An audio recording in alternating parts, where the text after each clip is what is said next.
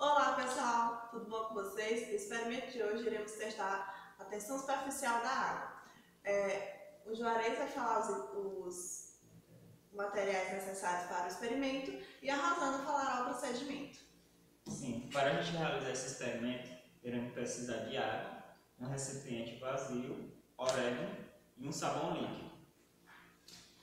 Então, para a realização do procedimento, iremos colocar água, no entanto que fique,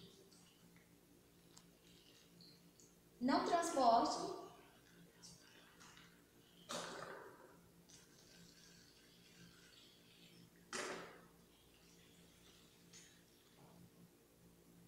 agora em seguida você irá pegar uma porção mínima de orégano,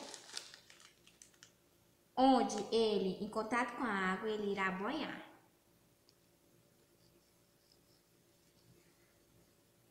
Espalhar só um pouquinho.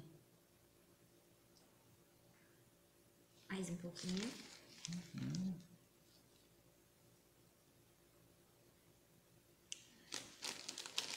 Agora, vou ter que tirar as luvas, que é para colocar o detergente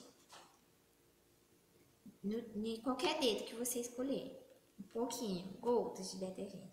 Espalhar bem o dedo e deixar secar por alguns minutos. Então, agora iremos testar. Aqui será um dedo, o meu dedo com o detergente que eu coloquei, e aqui será o dedo sem detergente. Primeiramente, iremos observar o dedo sem o detergente, até aproximar ele no fundo do recipiente.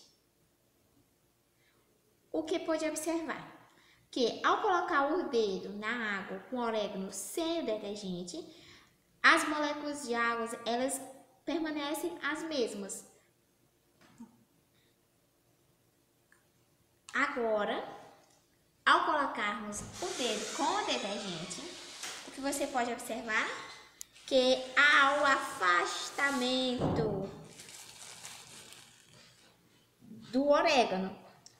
Isso deve-se por conta da tensão superficial da água, onde as moléculas da água, elas se agitam, ou seja, elas se afastam. Isso é